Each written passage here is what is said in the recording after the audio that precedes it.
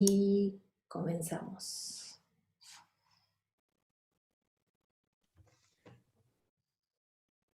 Hola, buenas tardes a todos.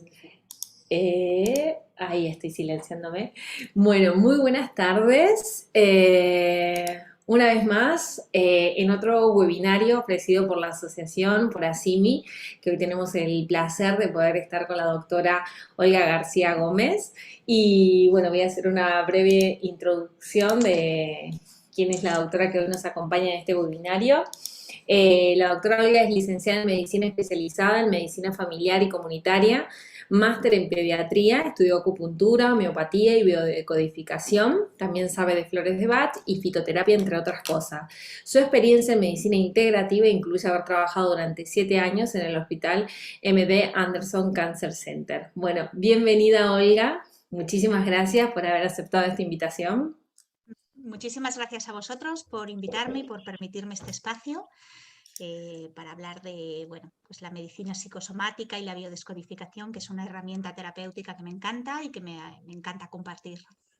Qué bueno. Bueno, la doctora hoy nos ha traído también una presentación, así que vamos a poder también, bueno, tener, digamos, también ese soporte. Recuerden de que el webinar queda en nuestro canal de YouTube y luego lo enviaremos mañana a todas las personas que se hayan apuntado, digamos, y a todas las personas que estén en nuestra base de datos.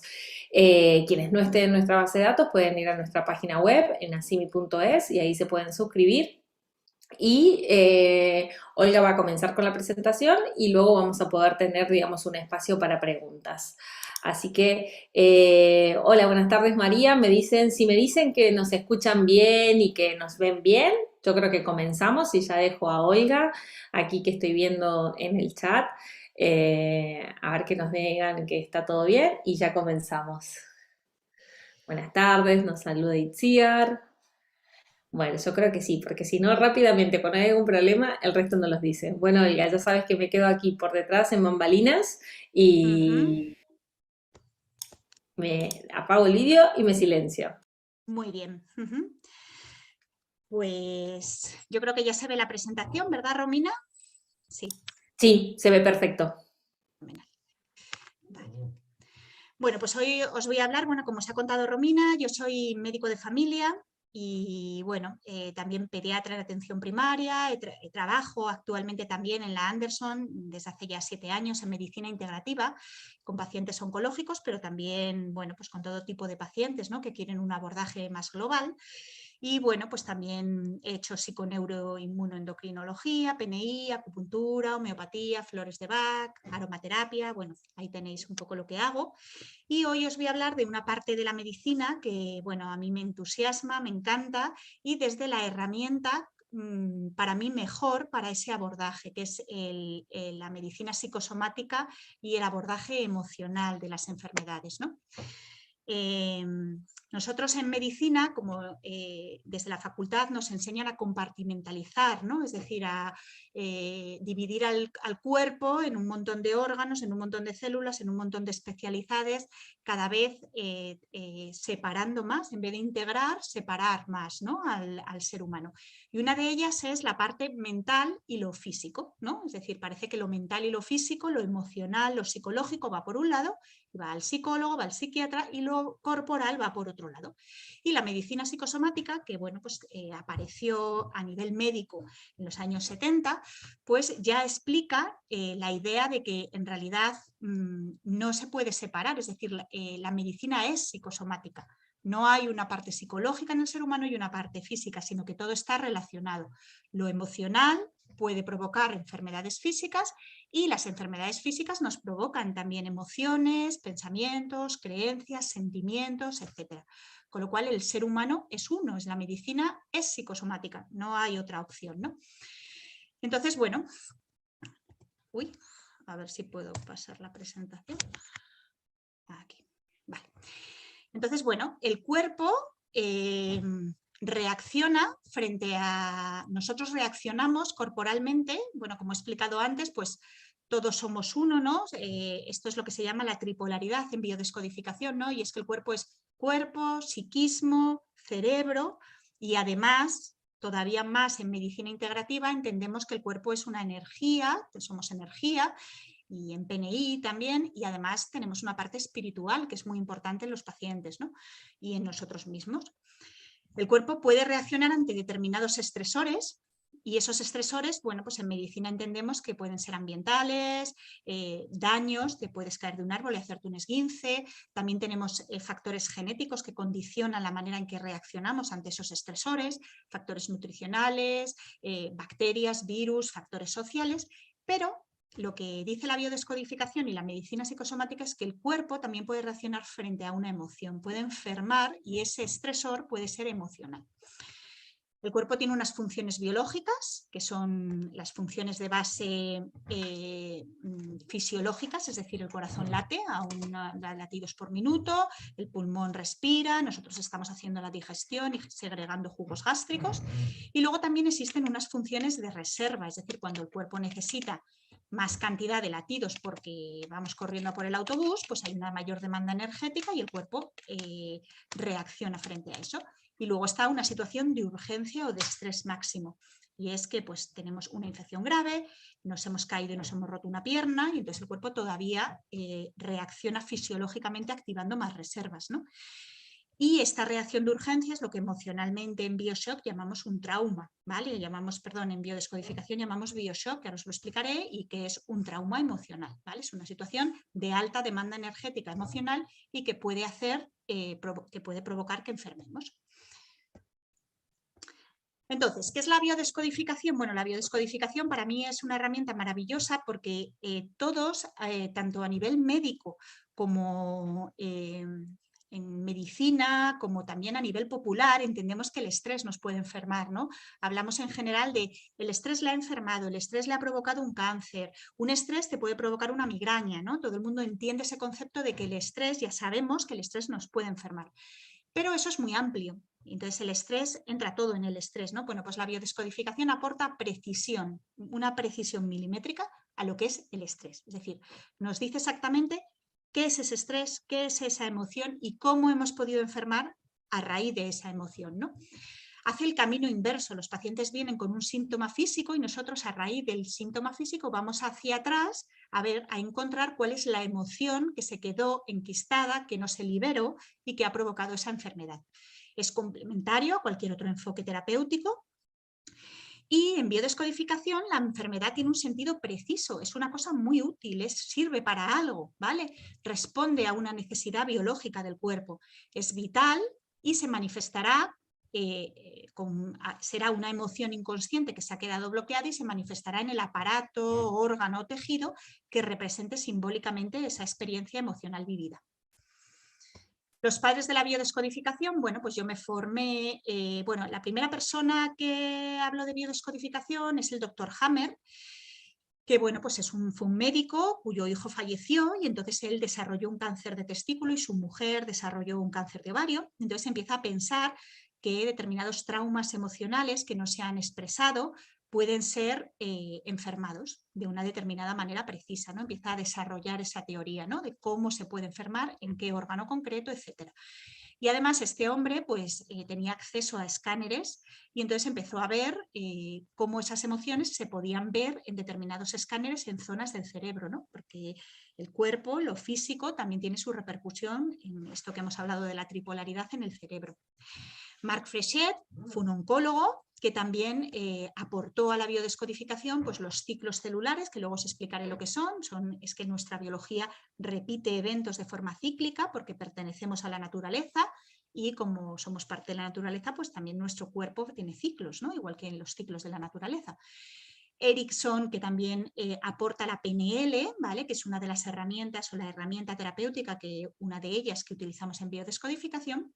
Y luego Christian Fletch fue el padre de la escuela Biodecodage, que es con la que yo me formé, y es uno de los grandes biodescodificadores, el que reúne un poco todas estas enseñanzas, fue alumno del doctor Hammer, y entonces, bueno, pues le da como forma una estructura terapéutica a todo esto, ¿no?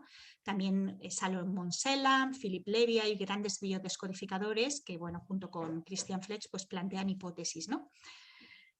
A todo esto añadimos el transgeneracional. El transgeneracional, bueno, pues es como nuestra genética emocional, ¿no? Igual que tenemos unos genes que nos predisponen a determinadas enfermedades, también a nivel transgeneracional tenemos unas vivencias que han sido vividas por nuestros ancestros y en nuestro árbol genético que nos van a predisponer a padecer determinados conflictos. Bueno, el sentido biológico es uno de los pilares. Ahora os voy a contar muchas cosas que son como los pilares básicos para entender la biodescodificación, que al principio no tienen mucha ligazón entre sí, aunque luego lo entenderéis todo, ¿no? El primero de ellos es el sentido biológico. Nuestro cuerpo reacciona, como he dicho antes, frente a estresores. Cuando hace frío, pues mi cuerpo genera, la piel se pone de gallina. Cuando yo me bronceo, es decir, yo voy a la playa y entonces mi cuerpo interpreta que el sol es una agresión y lo que hace es generar melanina para protegerme de esa agresión. Cuando yo doy a luz a un bebé, pues mi cuerpo va a generar leche para que ese bebé esté protegido, ¿no? Para alimentarle y protegerle. Y como somos animales, pues a veces ocurre que una mamá ha dado a luz y deja a su bebé en su casa tranquilamente, se va de compras al Corte Inglés a disfrutar un poco y oye otro bebé llorar y le sale leche de su mamá, porque somos seres biológicos, ¿no? Somos animales también, ¿no? Entonces, bueno, aquí en esta foto os cuento cómo en los Andes, por ejemplo, cuando los deportistas de élite, los ciclistas, incluso cualquiera de nosotros, si se va un tiempo a vivir al Perú, a los Andes o a más de 3.000 metros, el cuerpo interpreta que no hay oxígeno, no hay suficiente oxígeno para las células, entonces va a generar más glóbulos rojos, ¿no? Bueno, pues las hipótesis de la biodescodificación hace el camino contrario, es decir, si mi cuerpo ante una hipoxia, una falta de oxígeno mantenida ante una hipoxia, genero más glóbulos rojos para poder aportar más oxígeno, ¿es posible que yo genere más glóbulos rojos también si he vivido emocionalmente una situación de asfixia, de hipoxia o de falta de oxígeno? Esa sería la pregunta o la idea fundamental de la biodescodificación. ¿Es posible que ese estresor que obliga a mi cuerpo a generar melanina, que en un caso puede ser el sol, y mi cuerpo hace melanina para protegerme, ¿es posible que ese estresor sea emocional? Yo he vivido una vivencia en la que he necesitado proteger una zona de mi cuerpo y entonces hago una mancha, una pigmentación o un melanoma en esa zona. Pues esa es una de las hipótesis, las hipótesis en las que se basa la biodescodificación, que no es más que un conjunto de hipótesis, nada de esto son certezas. No es una guía terapéutica, no son certezas, no es un sodio que hace esto siempre, no, son cosas que nosotros nos planteamos, preguntamos al paciente y el paciente, y principalmente su inconsciente, nos responde y se moviliza y nos dice si eso le habla de su historia o no. Bueno, más cosas. Nosotros cuando las etapas de la biología y las capas embrionarias en biodescodificación vamos a clasificar los órganos por diferentes etapas de la biología que llamamos la primera, segunda, tercera y cuarta etapa. Esto se basa en que cuando los seres humanos, cuando provenimos todos de un caldo ancestral, ¿no? Del caldo de cultivo ese ancestral. Entonces, cuando los organismos empiezan a evolucionar, lo hacen en base a unas necesidades, ¿vale? Desde la ameba fundamental, las primeras amebas, los primeros organismos unicelulares en ese caldo de cultivo al Homo sapiens, esa evolución de las especies se ha hecho en base a unas necesidades y eso se llama filogenética. Esa necesidad primero es la de supervivencia. Todos los organismos, su necesidad vital es recibir oxígeno, el alimento, excretar los desechos. Luego necesitan protegerse, generar una película que haga que no se los coman o que me pueda mantener, me pueda defender del entorno, ¿no? Luego necesitan sostenerse y moverse, generar un esqueleto para poder avanzar y poder relacionarme, ir a buscar comida a otro sitio, ¿no? Y por último, la última necesidad es la de relación social, marcar mi territorio, relacionarme socialmente. A nivel embriológico, las capas embriológicas, es decir, cuando un ser vivo se está formando en el vientre de una mamá, los órganos se van a organizar en función de unas capas embriológicas que también responden a estas mismas necesidades. Entonces, los órganos de primera etapa de la biología que llamamos son órganos que se originan en el endodermo. y cuya función vital es la primera de todas. Necesito reproducirme, sobrevivir, aceptar o rechazar algo de fuera, nutrirme, eliminar desechos. Y entonces su conflicto, cuando estos órganos hagan un conflicto emocional, será un conflicto vital. Y estos órganos pues son órganos digestivos, la hipófisis, la tiroides, bueno, aquí hay algunos, pero hay otros que no están escritos aquí, la vejiga, etc. Los órganos de segunda etapa son órganos que están en el mesodermo antiguo, que es la siguiente etapa. Su función es la de protección y el conflicto será el defenderse de una agresión, de una mancilla, ¿vale? Son la pleura, la dermis, el peritoneo, las meninges. Los órganos de tercera etapa son órganos de sostén, es decir, tejido conjuntivo, también la médula ósea, la sangre, la grasa, músculos, tejidos. Su función es el movimiento y el sostén, provienen de la capa embriológica, que es el mesodermo nuevo, y el conflicto que tendrán cuando enfermen será de desvalorización y de impotencia. Y por último, los órganos de cuarta etapa. Están asociados, bueno, ahora os cuento lo de asociados, tienen su origen en el ectodermo, que es la última capa embriológica. La función es la gestión de la vida, relacional, social, y los conflictos serán sociales, de identidad, de territorio, ¿vale? Estos órganos, a su vez, lo que vio el doctor Hammer es que estas capas embriológicas y estas funciones estaban relacionadas con una serie de lesiones en los escáneres cerebrales, en este caso en los de cuarta etapa en el córtex cerebral, en la tercera etapa en la médula cerebral, en la segunda etapa en el cerebelo y en la primera en el tronco cerebral, ¿vale? Entonces todo está relacionado de esta manera. Entonces, conceptos básicos en biodescodificación. Bueno, pues uno de ellos, el primero y fundamental, es ¿qué nos puede enfermar? ¿Cuál es el evento estresor, ¿no?, emocional? Hemos hablado, pues una infección puede ser un evento estresor a nivel inmunológico. Una caída puede ser un evento estresor también inmunológico, de reparación de daño, etcétera, un tóxico.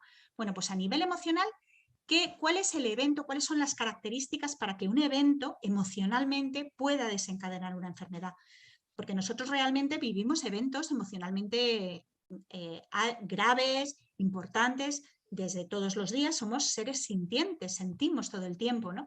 Entonces, y vivimos eventos traumáticos constantemente, ¿no? Entonces, ¿cuáles son las características de un evento para que pudiéramos enfermar a través de él?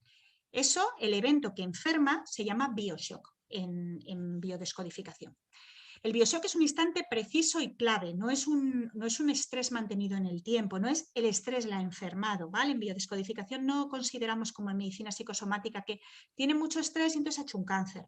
No, el cáncer se produce por un evento preciso que se denomina bioshock, que se puede producir. No diré nunca que una enfermedad se produce únicamente por causas emocionales, porque eso depende del paciente, depende de la persona que tenemos enfrente y bueno, son todo hipótesis que tenemos que verificar con él, ¿no? Entonces, una enfermedad se puede producir por un instante, por un bioshock, que es un instante preciso y claro, que se graba a nivel inconsciente, es una emoción no expresada. Eso también es uno de los pilares de la medicina psicosomática. Lo que no verbalizamos, lo que no expresamos, lo que no digerimos, es lo que enfermamos, ¿vale? Y entonces, ¿cuáles son las características de bioshock? De un evento. Es un evento que yo he vivido como un trauma, que quizá es solo mi vivencia, porque un evento, a lo mejor una misma situación lo han podido vivir 5 hermanos en una misma familia y solamente uno lo enferma, porque él lo ha vivido como un trauma, que es inesperado, de alta intensidad dramática, que no tiene solución para en ese preciso momento para esa persona, no hay solución posible, y que es vivido en soledad. Y además hay una necesidad biológica que no está satisfecha y que no se pudo satisfacer en ese momento. Las necesidades biológicas del ser humano son en general, bueno, pues en general muy vitales y básicas. Necesidad de protección, de amor, de cariño, de cuidado. Bueno, hay muchas necesidades y una de ellas no ha sido resuelta en este momento, ¿no? El resentir biológico es el conjunto, la unión de la experiencia física, es decir, lo que yo siento físicamente, junto con la emoción que siento en el momento preciso del bioshock, ¿vale? El objetivo de la terapia es encontrar ese resentir y liberarlo. Y hay varios tipos de resentires. El primario es el verdadero, el profundo, el que verdaderamente cura, ¿vale? Encontrar el resentir primario es la emoción que yo viví en ese momento asociada con mis sensaciones físicas, pero la emoción de verdad, la inconsciente.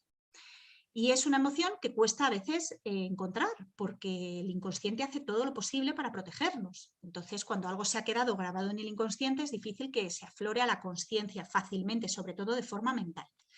El resentir secundario es lo que a mí me han permitido sentir, lo que yo siento que puedo expresar, lo que yo expreso en terapia. Y el resentir terciario es un resentir que siento que no es mío, no es algo que siento, una vivencia que no es mía y que a veces puede ser transgeneracional, proviene de otros ancestros. Por ejemplo, pues mi jefe, yo tengo un trabajo y mi jefe me despide. Entonces, en el momento en el que yo me siento humillada, me siento desvalorizada, me siento descuidada, me siento enfadada, voy a terapia, voy al paro, me siento muy mal, hago 5 años de terapia explicándole esto a mi terapeuta y no logro resolver eso y puedo enfermarlo. ¿Por qué? Porque a lo mejor el resentir profundo que yo viví, el primario, el profundo que yo viví en el instante preciso del despido, tiene que ver con un alivio. Yo me sentí aliviada y eso no soy capaz de expresarlo, no me lo permito expresar, mi contexto familiar, social, cultural, mis creencias no me permiten expresar la idea de que en realidad para mí fue un alivio que me despidieran en ese momento. Entonces, aliviar, expresar eso, hacerlo consciente y vaciarlo emocionalmente es lo que ayuda a mejorar al paciente, lo que puede ayudar a la curación. Bueno, el conflicto desencadenante es el conflicto que desencadena la enfermedad. Es el bioshock, es decir, ese evento preciso que produce la enfermedad. Es lo que le pasó al paciente unos meses antes, 6, 7 meses antes, un año antes de que el paciente aparezca en tu consulta con un síntoma físico, ¿vale? Abre el programa para el que fue creado, mejorarlo, a expresarlo y expresar ese resentir que vivió ese paciente en ese preciso momento alivia, pero a veces no cura del todo, porque hay un conflicto programante que es el que programó esta enfermedad. El conflicto programante es el primer conflicto, el primer bioshock en el que se grabó una estrategia de supervivencia física. La primera vez en la vida de ese paciente en la que se vivió ese resentir mismo en un bioshock, ¿vale? Entonces, este conflicto programante no genera enfermedad, no desencadena, simplemente graba un programa, acumula, queda bloqueada una emoción inconsciente que no se ha expresado, es un evento vivido en soledad, como hemos dicho antes, que es el bioshock. Normalmente ocurre en la infancia, en la adolescencia, a veces ocurre en la vida intraútero, a veces también en el parto o puede provenir de un transgeneracional, de vivencias de nuestros ancestros, y a veces también ocurre que un programante puede ser desencadenante a la vez, puede darse de programante y desencadenante a la vez en un evento muy traumático. O no le violan y en ese momento, además de tener un programante, desencadena una enfermedad y hace una fibromialgia, ¿vale? Y esto es el objetivo de la terapia, llegar al programante, ¿vale? El programante y el desencadenante son como las alergias. Yo siempre le explico a mis pacientes, cuando tú le das huevo por primera vez a un niño de 6 meses o de 8 meses o de 9 meses, ese niño no hace una alergia. Lo primero que hace es nada, simplemente registra la información. Uy, el huevo es malo, ¿vale? Identifica el huevo como agresor y lo registra. La segunda vez que le das el huevo, a veces tampoco hace nada. La tercera hace un poquito de dermatitis perioral, unos granitos, de una cosa que a la mamá pues, no le resulta llamativo porque pueden ser los dientes. La tercera ya se pone un poco rojo. Y a la cuarta vez que le das huevo, una reacción alérgica, te lo tienes que llevar a urgencias, urticaria, corticoides y no sé qué. Pues esto es lo mismo. El conflicto programante sería la primera vez que damos huevo, que se graba la información. Pero necesitamos dar más veces huevo para que haya un desencadenante, una enfermedad, ¿vale? Para que se enferme. El conflicto estructurante es un conflicto programante que se produce en un momento de la vida en el que estamos generando nuestra estructura ante la vida, generamos un sistema de creencias y la persona queda congelada, estamos haciendo los cimientos de nuestra casita emocional. Y entonces, pues bueno, la persona queda estructurada en esa vivencia que tuvo. Si uno tiene un abandono, una situación de abandono, de separación muy grave, de humillación, de desvalorización, pues puede quedar estructurado en esa estructura de desvalorización, de separación, de abandono. Y esto implica que sea que a veces es difícil en terapia o en una consulta o en 2 o en 3 resolver lo que le pasa a un paciente, porque todos conocemos y entre nosotros mismos, en nuestros familiares y amigos y también en pacientes, que muchas veces la gente está estructurada en una determinada estructura que le ha protegido durante mucho tiempo de desvalorización, de separación, pero que en un momento de su vida pues ya no le resulta útil y soltar esa estructura es muy complicado, porque para quitar los cimientos de una casa tenemos que poner unos cimientos sanos y buenos y eso lleva su tiempo. Las fases de la enfermedad es otra de las cosas que en biodescodificación utilizamos y que nos es muy útil y que necesitamos para la historia clínica. El sistema nervioso regula la vida consciente y el sistema nervioso autónomo la vida inconsciente. El sistema nervioso autónomo tiene 2 partes, el simpático o ortosimpático y el parasimpático. El simpático regula el estrés, ¿no? Desencadena reacciones de estrés, y el parasimpático desencadena reacciones de relajación y de reparación. Entonces, nosotros tenemos aquí un equilibrio entre sistema nervioso simpático y parasimpático hasta que de repente aparece un conflicto, un estresor que puede ser, esto ocurre para lo físico y para lo emocional. Ese estresor puede ser una infección, puede ser un daño, puede ser que nos persiguen o puede ser un evento traumático emocional. Y entonces desencadenamos una fase que llamamos de simpaticotonía, en la cual el sistema simpático se pone a tope, libera neurotransmisores, todos los ejes de estrés, el cortisol, etc. Estamos en alerta, sudamos, estamos en tensión, taquicárdicos, etc. Cuando esta situación se resuelve, al principio hay un cese de actividad conflictiva, pero todavía no estamos recuperados del todo, seguimos en tensión. Y cuando esta fase llega a este nivel, empieza a producirse, se empieza a activar el simpático, desaparece y empieza a activarse el sistema nervioso parasimpático, que es el de la reparación. Y entramos en una fase que se llama vagotonía, que es una fase en la cual reparamos. Hay una inflamación fisiológica, estamos agotados, se recupera todos los sistemas de estrés que han estado activados y es importante saber estas fases para entender cómo se produce la enfermedad y en qué momento del conflicto estamos, si el conflicto se ha solucionado y estamos en vagotonía o el conflicto sigue activo porque seguimos en simpaticotonía. A nivel psicológico también existen 4 fases en la enfermedad, ¿no?, que coinciden con estas físicas. La primera de ellas es tengo un conflicto activo, mi jefe me humilla permanentemente, tengo un momento crítico en el que la humillación es tremenda y entonces pues estoy en simpaticotonía, me desvalorizo, no soporto este trabajo, me encuentro muy mal. La segunda fase es cuando esa simpaticotonía empieza a disminuir y psicológicamente yo ya siento que puedo cambiar de trabajo, ya no tengo miedo, no estoy desvalorizada, pero no he hecho ningún cambio. Ha cesado el conflicto, pero de momento no ha pasado nada diferente. La tercera fase ya hago un cambio de trabajo, busco un nuevo trabajo, voy a empezar en un nuevo trabajo y ya me siento valioso, siento que tengo valor, que soy capaz y me siento mejor, pero todavía estoy en relación con el conflicto. Es decir, todavía en ese nuevo trabajo no sé si seré capaz de organizarme, de que no me pase lo mismo, es decir, todavía estoy muy preocupada por eso que me pasó. Y en la última fase psicológica, realmente yo ya he hecho toda la reparación, yo ya he hecho mi vagotonía físicamente, ya he reparado todo y además me siento totalmente alejado. Es decir, ya cambié de trabajo, he visto que soy capaz y ya realmente aquello he trascendido ese problema, ¿no? Bueno, las 3 mentiras de la biología, el inconsciente y nuestro cuerpo, nuestra biología, tiene 3 mentiras que nosotros utilizamos en terapia para reparar los conflictos y para ayudar a reparar al paciente.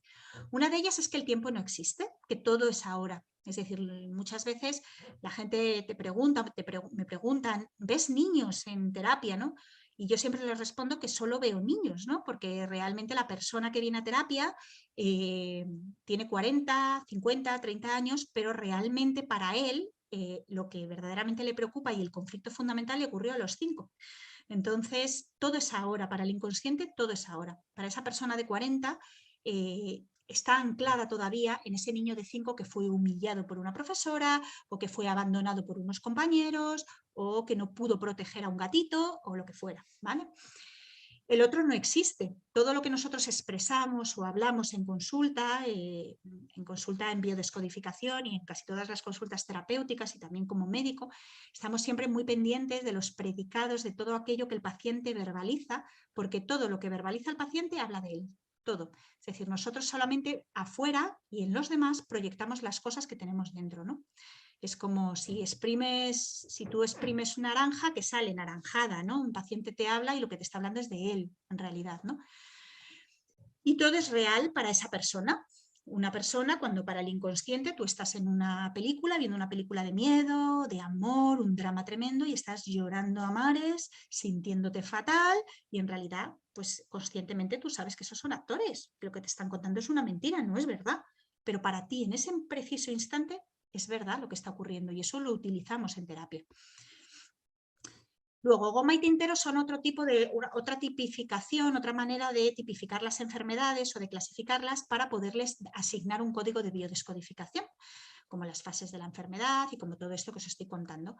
Es un modelo de diagnóstico. Cuando un órgano tiene un conflicto, vive un conflicto, por ejemplo, los huesos o una articulación vive un conflicto de desvalorización, bueno, la persona vive ese conflicto, la persona se desvaloriza para hacer un gesto preciso, que es la descodificación de la articulación. Esa articulación puede reaccionar haciendo más tejido y generando una artritis, haciendo osteofitos, etcétera, o puede reaccionar destruyendo el tejido que tiene, es decir, haciendo una osteoporosis. Una alteración en un estómago puede provocar un tumor estomacal, hago más tejido, o quito tejido, hago una úlcera. Y eso es lo que llamamos estructura de goma y tintero. Además, esto también es un rasgo de carácter y emocional. Las personas somos goma o tintero, podemos reaccionar en forma de goma o en forma de tintero. El tintero es son personas que están separadas de lo positivo. Entonces la solución es hago más reservas. Yo estoy separada de un contacto amoroso y entonces hago más piel, hago una psoriasis o hago una dermatitis exfoliativa, por ejemplo, ¿no? Relleno mi vacío, me siento separado de lo que me gusta y entonces hago más, ¿no? Y la goma lo que hace es destruir tejidos, son personas agredidas por lo negativo y entonces borro, olvido, oculto, suprimo, ¿vale? Me oculto. Esto da una tonalidad a todo lo que sucede, ¿no? ¿Y dónde ponemos todo esto? ¿No? Cuando viene un paciente, todos estos conceptos, ¿dónde lo ponemos? Pues al igual que en otras terapéuticas, cuando viene un paciente para hacer acupuntura, pues los que somos acupuntores organizamos la información que el paciente nos da en base a la historia clínica de acupuntura y ponemos los síntomas de hígado, de riñón, de bazo, chino, de no sé qué y lo vamos organizando así. Cuando un paciente viene con homeopatía o en PNI, por ejemplo, en psiconeuroendocrinología o en homeopatía, pues yo también lo que me cuenta el paciente lo organizo en función de la historia clínica o de los ítems más importantes de la materia médica homeopática, de las tipologías, de las modalidades, etc. Pues en biodescodificación, cuando voy a abordar a un paciente desde el punto de vista de la biodescodificación con esta estrategia, con esta herramienta, lo que hago es colocar todo lo que me cuenta en la historia clínica de biodescodificación, que es lo que llamamos portal de entrada de la biología. Es una herramienta donde yo pongo todo, ¿vale? Si es tintero goma, si el órgano es tintero goma, cómo es la persona, si la persona es zurda o diestra es muy importante, el órgano, la capa embrionaria que está afectada, el aparato donde se vive la emoción, según sea su resentir de ira o de pérdida, ¿vale? Y es esto, ahora veréis un ejemplo un poquitín más esto es lo que llamamos el portal de entrada de la biología. Esto, por ejemplo, sería una historia clínica de biodescodificación. Yo pongo aquí lo que me trae el paciente, una artritis en el codo izquierdo, es una mujer que lo pongo aquí, que ha manifestado el síntoma en el cuerpo, porque a veces lo podemos manifestar emocionalmente con un trastorno obsesivo compulsivo, con una neurosis, pero en este caso no, lo manifiesta en el cuerpo, la edad, si es diestra o zurda, cuándo empezó, si el paciente me dice algo, hay cifras o hay medidas. La biología es muy precisa, entonces a veces que un tumor mida 3,5 pues nos habla de esas cifras en la historia de este paciente, puede ser una hipótesis.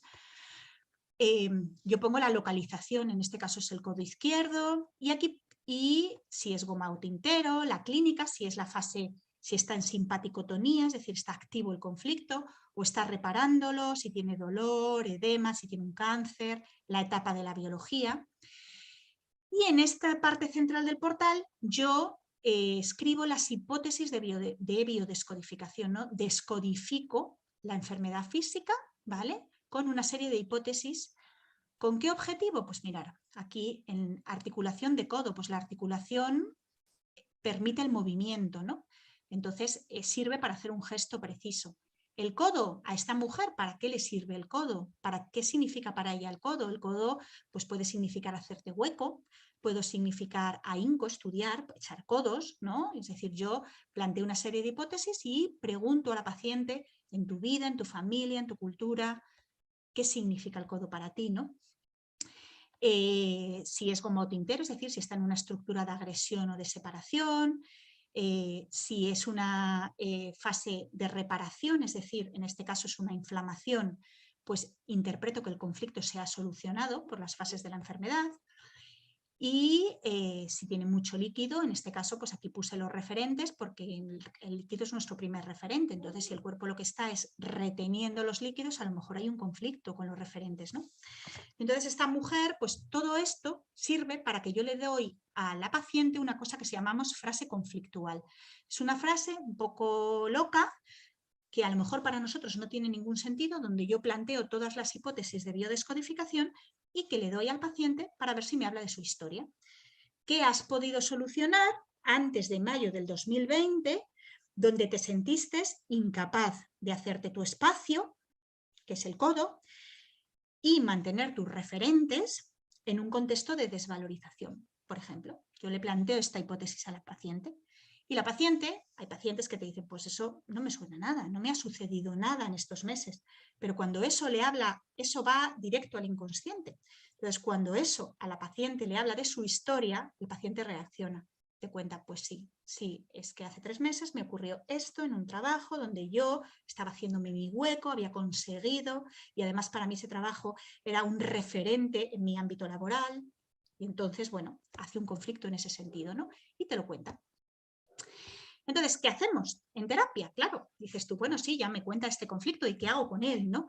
Bueno, pues utilizamos protocolos de PNL para aportar recursos, liberamos las emociones que han quedado enquistadas, porque todo esto se trata del inconsciente, todo lo que es consciente nos enferma, y liberamos resentires y aportamos los recursos para que en esos bioshock se puedan resolver las necesidades que no fueron resueltas. Entonces hacemos un protocolo básico, a ver si más adelante, vale. Hacemos un protocolo básico que es la línea de tiempo. Esto es el evento de la paciente, yo le planteo la frase conflictual y la paciente va a un evento preciso, concreto. No es llevo 6 meses en una situación de humillación laboral, no, es en qué momento viviste eso. Y en este momento tratamos de encontrar el resentir. El resentir es la emoción, acordaros que es la emoción que yo siento, humillación, rabia, miedo, tristeza, alegría, lo que sea, la emoción que yo vivo en ese momento asociada a una sensación física. Entonces llevamos al paciente a vivir ese resentir. Y anclado en ese resentir vamos hacia atrás, en la línea de tiempo, acordaros del ejemplo de las alergias, vamos hacia atrás, a ver en qué momentos de su vida ha tenido otros conflictos desencadenantes, ha vivido bioshocks en los cuales hubiera este resentir. Hasta llegar al último de ellos, el último de ellos, donde ya el paciente no encuentra otro, ¿vale? Y en este es el conflicto programante y es el que vamos a tratar en terapia, ¿vale? ¿Cómo tratamos este conflicto programante? Bueno, pues hay 5 profundidades de la terapia. El primero de ellos es la toma de conciencia emocional. Es que el paciente llegue a ese primer momento en el cual, con 5 años, quiso hacerse hueco en un momento preciso, determinado, entre un grupo de gente, no pudo, se sintió desvalorizada y tome conciencia emocional de que ese es el primer momento, es la primera vez que tomo hueco, ¿vale? Esa toma de conciencia emocional remueve al paciente y se remueven, se puede hacer, no hace falta hacerlo con hipnosis ni con nada parecido, se hace perfectamente en la consulta, pero la mayoría de las veces no resuelve el conflicto del todo, ¿vale? A veces sí, a veces es tan profunda la toma de conciencia que nunca han pensado en eso, que esto pudo estar relacionado con aquel evento vivido a los 5 años, que resuelve mucho, pero a veces no, muchas veces en mi experiencia no. Entonces, bueno, esta toma de conciencia emocional, las tomas de conciencia es lo que se hacen en las terapias mentales, es decir, cuando vamos a terapia, psicoanálisis, psicoterapia breve, una psicoterapia humanista, estamos en el mental, estamos hablando, tomando conciencia de todos los eventos en nuestra infancia, en nuestra adolescencia, en los que nos hemos sentido así, ¿no? Y esto ayuda mucho, pero llega un momento en que hay un clic emocional profundo que con la toma de conciencia cognitiva no se resuelve, ¿no? Que es un poco lo que a mí personalmente me llevó a acceder a la biodescodificación y lo que me parece que hace que esta herramienta sea muy poderosa, ¿vale? Y es que llegamos a desactivar ese clic inconsciente que hablando no se llega a desactivar, ¿vale? Lo siguiente que hacemos es que exprese ese resentir primario, que exprese qué sintió en ese momento, qué sintió. A lo mejor tenía que sentir miedo y lo que sintió fue alegría o alivio o se sintió contenta o sintió placer. No sé, ¿qué sintió? ¿Cuál es el resentir que es tan difícil acceder y que ha quedado inconsciente, ¿no? Y hacemos un vaciado emocional, que lo exprese todo, que lo libere, que libere las emociones. Luego aportamos recursos, encontramos la necesidad no satisfecha de esa niña de 5 años, de ese niño que viene a consulta, que necesitó resolver y que no le dieron, y lo aportamos, ¿vale? Que es lo que hace que el conflicto programante se imprima. Aquí también podemos hacer un trabajo sobre las creencias, sobre todo si esas creencias son estructurantes y han estructurado a la persona. Y la última profundidad de la terapia, no hay que llegar a todas, suele ser cambiar el pasado, es decir, cuando algunas de las situaciones que se han vivido son muy dramáticas, no se han podido resolver, bueno, pues una violación, una muerte, un duelo, pues lo que hacemos es aportar estrategias transpersonales, espirituales y ayudados del inconsciente, pues creamos una nueva historia, ¿vale? Que como para el inconsciente todo es verdad, lo que ocurre en consulta también es verdad y eso cambia. Bueno, esto es lo que os he explicado antes, en qué consiste la terapia. A veces esto no es suficiente, ¿vale? Porque dices tú, bueno, pues tengo una artritis de codo, voy a biodescodificación, encuentro el programante, lo libero y ya está. Pues no siempre es así. Desgraciadamente, somos muy complejos los seres humanos e incluso a nivel emocional, aparte de que el ser humano es integrativo, es decir, hay otro montón de cosas que pueden hacernos enfermar, que nos están haciendo enfermar, otro tipo de estresores, a nivel emocional tampoco es tan fácil. Primero porque hay conflictos candado, ¿vale? Los conflictos candados son conflictos que bloquean o limitan la curación. Son inconscientes y aparecen o podemos sospecharlos cuando las personas pues tienen mucha conciencia, han hecho un montón de terapias, incluso han hecho biodescodificación con buenos biodescodificadores y no se resuelve, no se termina de resolver. Y es porque el inconsciente está bloqueando la curación porque interpreta, el inconsciente hace todo lo posible por no salir de la zona de confort y por intentar que estemos bien. Entonces, realmente no deja al inconsciente de ese paciente que la cosa avance. Estos se agrupan en varias categorías. El juicio, el tálamo, los beneficios secundarios, la identificación con el síntoma, la negación, las relaciones con nuestro cuerpo, las creencias limitantes, las prohibiciones inconscientes que tenemos, la tríada de la creación, conflictos de riñones, de gónadas o de suprarrenales limitan también, las inversiones, el estar en una estructura de víctima o ser un psicorrígido también dificulta. Luego está el proyecto sentido. El proyecto sentido lo describió Marc Fréchet y bueno, pues es el proyecto inconsciente que todos los padres tienen a la hora de engendrar un hijo. Todos los hijos son fruto del deseo inconsciente de los padres. Es decir, cuando un niño viene es porque sus padres inconscientemente deseaban ese hijo y deseaban que ese hijo fuera de un sexo determinado para algo. Y cuando un hijo no viene es porque el inconsciente está haciendo lo mejor para esa persona. Igual en su transgeneracional sus abuelas fallecieron en el parto y esta mujer, el inconsciente familiar, interpreta en esta mujer que es que si se queda embarazada se puede morir. Y entonces no se queda embarazada, ¿vale? Aunque conscientemente lo desee. Entonces, esto es, ¿qué es lo que vivieron nuestros padres aproximadamente 6 meses antes de concebirlos, en qué situación estaban.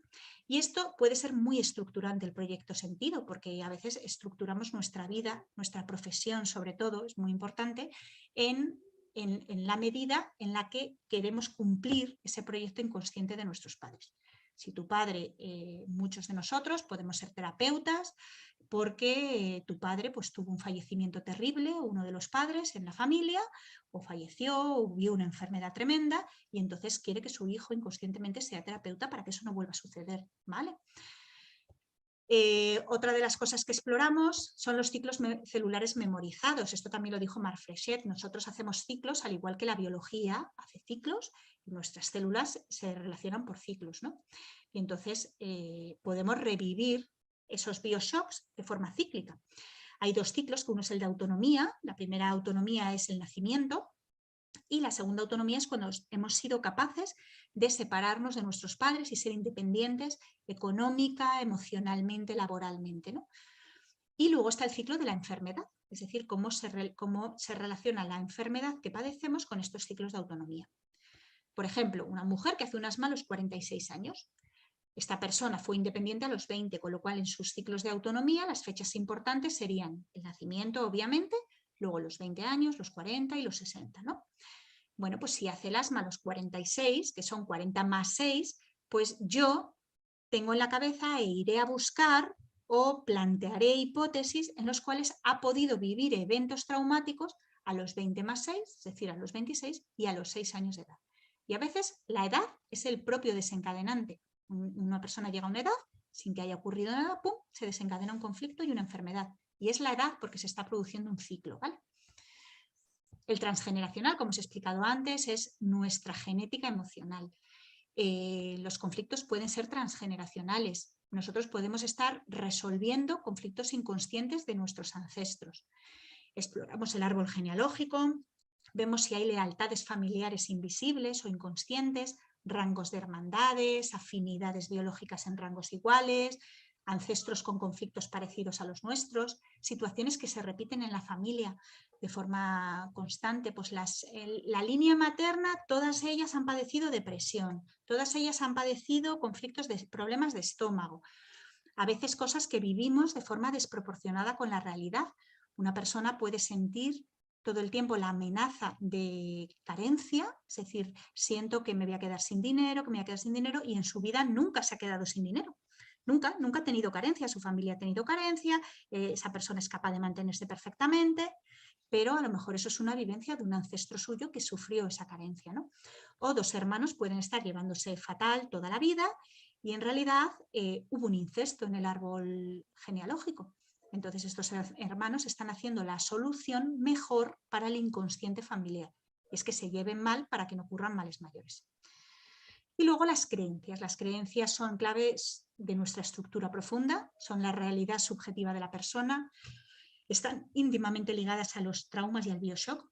Se instalan creencias en el bioshock y además es el marco donde ocurren, ¿vale? Graban una estructura, muchas veces nos estructuran, son creencias estructurantes, a veces son heredadas de nuestro inconsciente familiar, de nuestra familia, de nuestra estructura social, y hacer el cambio de creencias se forma parte de la terapia y las cambiamos de limitantes a de apertura, ¿vale? Y bueno, pues por último, un poquito de resumen de todo esto que hemos hablado para ir terminando ya. En este caso, por ejemplo, os he puesto un ejemplo, ¿no?, de una señora, la señora X ve cómo atropellan a su perro con violencia a unos metros de ella, ¿no? Entonces tú dices, bueno, ¿y esto lo enfermará? ¿Esta mujer enfermará esta situación que ha vivido, ¿no?, que parece así? A mí me encantan los perros y me parecería una situación horrible, ¿no? Como siempre, para mi inconsciente todo es verdad. Pues como es mi verdad, pues yo la proyecto en esa señora, ¿no? ¿Esto lo enfermará? Bueno, pues ¿de qué depende de que lo enferme? Que sea para ella un bioshock. ¿Y de qué depende de que esta situación para esta señora sea un bioshock? Pues cómo sea su vivencia particular, cómo lo viva ella. Si ella vive este atropello de su perro como un evento inesperado, que bueno, es normal, lo lógico que pueda ser inesperado, de alta intensidad dramática, para ella es un atropello tremendo. No hay ninguna solución, aunque tenga 50 años, aunque sea una persona capaz, válida, etcétera, no hay solución en este preciso momento. Lo vive en soledad. y además hay una necesidad que no ha sido satisfecha en este instante, eso será un bioshock para ella, ¿vale? Y entonces lo podrá enfermar. Lo podrá enfermar, podrá ser un conflicto desencadenante o podrá ser un programante desencadenante, que el propio programante es también desencadenante y desencadena la enfermedad. ¿Y cómo lo puede enfermar? Pues dependerá de la emoción que viva en ese preciso momento, de cuál es la necesidad que no ha sido satisfecha. Es decir, si la emoción es de ira, de rencor, de rabia hacia la persona que atropella a su perro, puede enfermarlo a nivel de vías biliares, hacer un cáncer de vías biliares, un cólico, una colelitiasis o lo que sea. Si lo que esta persona siente para ella, su perro, era como su hijo, y resulta que ella siente que no ha podido protegerlo, puede enfermarlo con un cáncer de mama. La mama es la protección, ¿vale? O con una enfermedad en la mama. Si ella vive a su hijo como su perro y su perro ha muerto en este atropello, entonces lo que vive es una pérdida de lo que yo siento como mi hijo, entonces puede enfermar y hacer un cáncer de ovario como la mujer de Hammer, ¿no? Entonces depende de cómo lo viva esta mujer. A lo mejor esta mujer simplemente pasea al perro, que el perro era de, yo qué sé, es de su marido, ella odia al perro y lo que vive es un alivio tremendo. Y entonces lo que hay que hacerla llegar es a ese resentir profundo. Ella está expresando, ay, qué pena, el perro, mi marido está disgustadísimo, no sé qué, y resulta que lo que ella verdaderamente siente es alivio. Y a lo mejor eso es lo que queda inconscientemente grabado. O al revés, es un hombre que, bueno, pues tiene un perro y que a lo mejor no se permite expresar el terror y el agobio y la pena tan tremenda de haber perdido una mascota, ¿no? Por su estructura personal, por sus creencias, por su familia. Y entonces lo que hay que permitirles es expresar ese resentir de tristeza, de pena, de que sentía a su perro como su hijo, ¿no? Y en terapia, en este mismo caso, pues iremos hacia atrás. Es decir, puede que esto sea un evento programante, estructurante, pero puede ser que esto sea un desencadenante de la enfermedad y siempre tendremos que ir en la línea de tiempo, esa que habéis visto antes, a averiguar si realmente dónde se programó por primera vez esta emoción. Esta mujer que ve atropellar a su perro y que su perro es como su hijo y que siente que no ha podido proteger a su perro, a lo mejor el programante está a los 7 años de edad, donde ella perdió a un gatito que recogió en la calle, que alimentó, al que le dio un biberón, es el que le ayudó a crecer, y un día el gatito se cae por la ventana y se muere. Entonces ella a los 7 años siente que no ha podido proteger a ese gatito y en ese momento no lo pudo expresar, y ahí está el programante de la enfermedad y eso es lo que tenemos que liberar, ¿vale? Y bueno, yo creo que ya he terminado. Os doy las gracias por escucharme, espero que os haya sido útil e interesante, que hayáis entendido algo, que la primera vez que yo escuché esto me pareció fascinante, pero la verdad es que entendí muy poco. Y bueno, nada, quiero agradecer también pues, a todas las personas que me han ayudado hoy a estar aquí, a hacer la charla, a Eva Llorente, a Juan José Hervás, a Adolfo Díaz, que bueno, son compañeros míos y profesores y bueno, gente a la que quiero un montón. Y sobre todo a vosotros pues por estar ahí, por escucharme, y si tenéis cualquier duda, pues nada, aquí estoy y ahí me tenéis en mi correo electrónico y lo que necesitéis.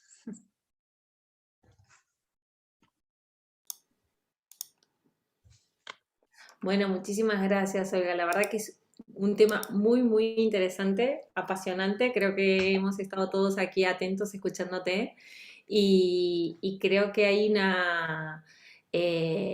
yo voy a presentar mi primera duda. Ya les he dicho que se animen a preguntarte también y aprovechar que estás este ratito con nosotros.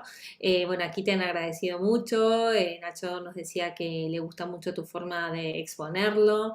Y mi duda sería de cómo podemos comenzar a trabajar con esta herramienta como la biodecodificación, o sea, ¿qué es lo que tú nos recomiendas? O sea, porque como hay tanta oferta a nivel de que podamos hacer igual la práctica de la terapia o formarnos, o sea, ¿cómo podremos adentrarnos, digamos, a este mundo tan apasionante? Bueno, pues me escucháis, ¿verdad, Romy? Sí, sí.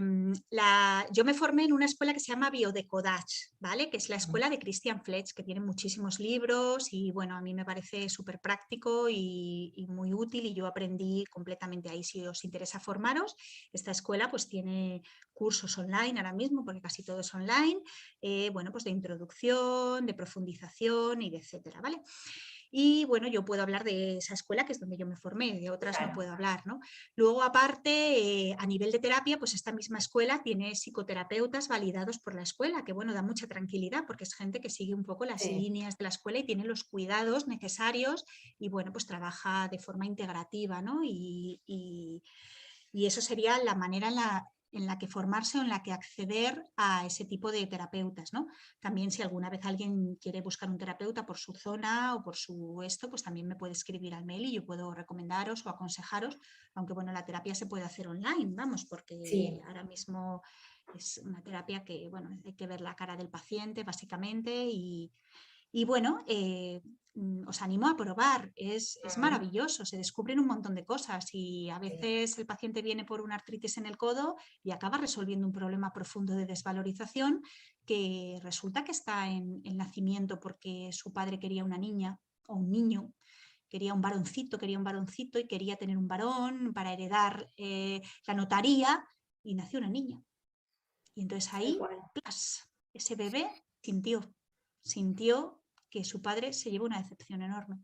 Y se encuentran cosas muy bonitas y muy interesantes cuando uno quiere indagar en manos amorosas, por supuesto. O sea que todo esto siempre yo le explico al paciente que son cosas que, bueno, él es el que guía la consulta y siempre está en un entorno de cuidado, de protección y de cariño, ¿no? Y de ver hasta dónde Mm. puede llegar. A veces no puede llegar a más y no pasa nada, ¿vale? A mí en mi experiencia me dice Rosa perfecta la pregunta. Dice Gabriel también que muchísimas gracias, que la verdad es difícil de asimilar tanto concepto nuevo a pesar de la claridad. Creo que sí, que es verdad que cuando uno se va adentrando a este mundo, ¿no? De la biodecodificación es apasionante, ¿no? Pero también puede ser como mucha información.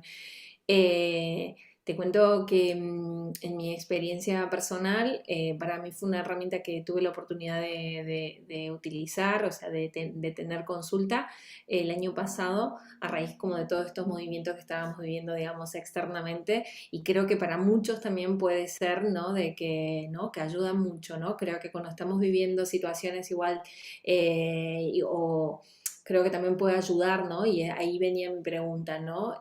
Ante cuando vemos que la situación fuera o el entorno, o sea, que también estas crisis fuera también nos retumba como crisis también personales, creo que es una muy buena herramienta como para ir, bucear, ver Mm, también, ¿no?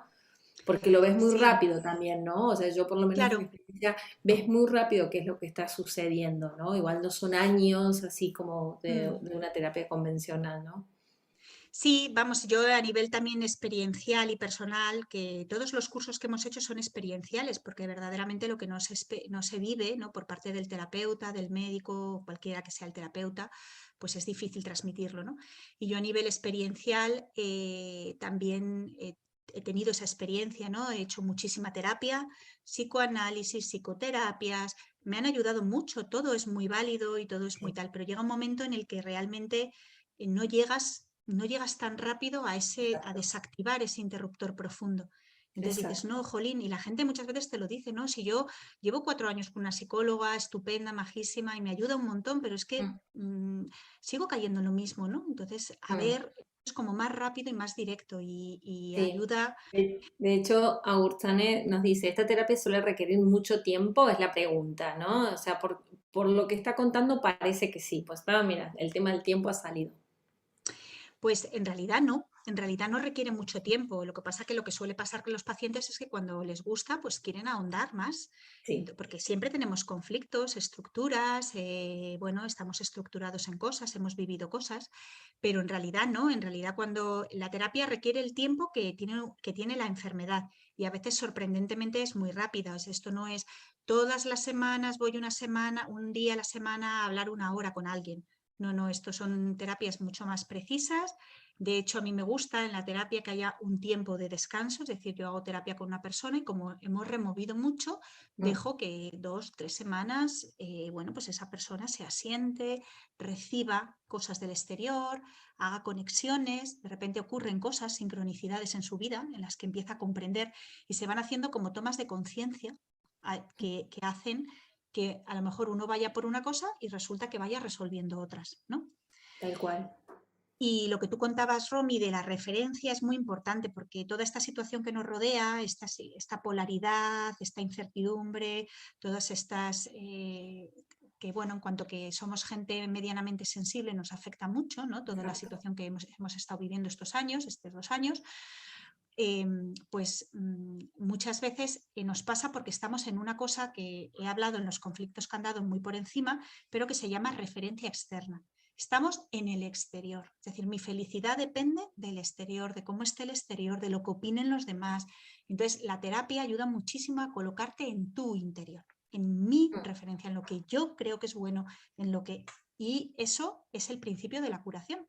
Porque si yo voy a cualquier terapeuta a que él me resuelva el problema, en realidad 19 el paciente horas. enferma y el paciente tiene la solución. La solución está en su interior siempre. Y eso es un poco lo que se pretende con esta terapia.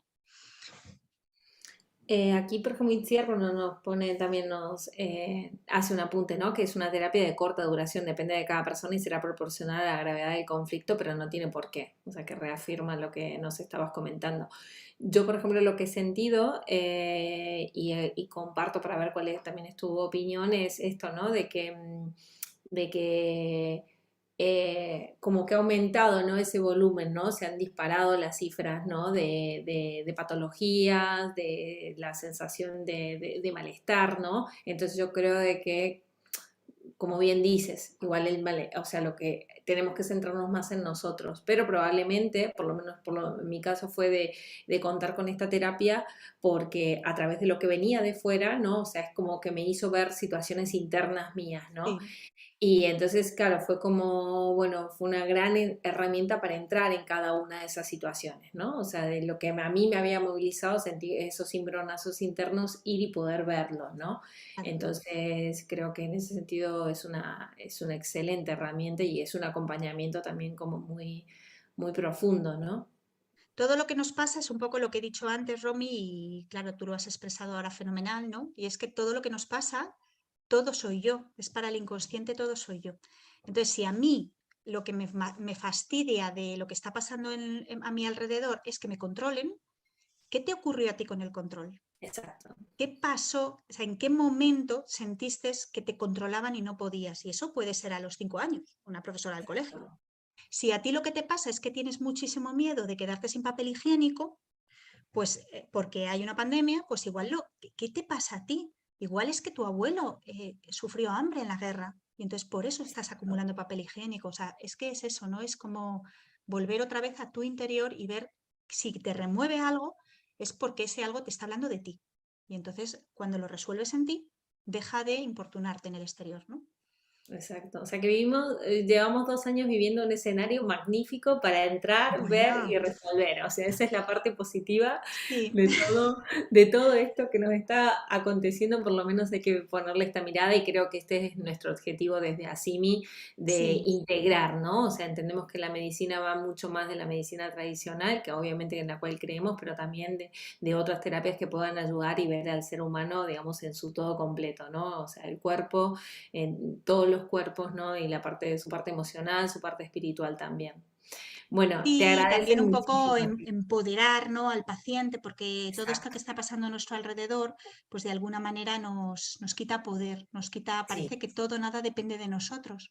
Que te contagies, no te contagies, que no enfermes, y es justo lo contrario lo que queremos transmitir desde la medicina integrativa, ¿no? Que la persona y el paciente tiene todo su capacidad en su interior, ¿no?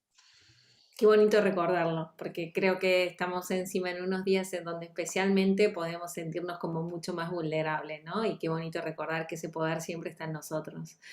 Bueno, hay muchísimo agradecimiento en el chat. En la última diapositiva justo dejaste también tu contacto. Si me estabas comentando antes del inicio del webinar de que estabas estrenando así página web, así que eso no nos comentaste. ¿Cuál es tu página web? Así también la podemos poner.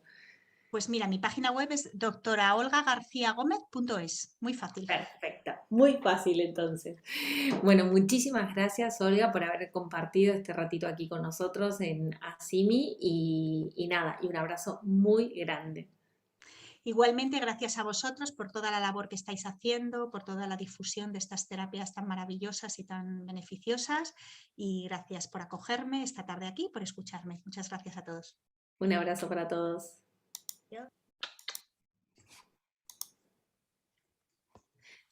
¿Dónde tienes?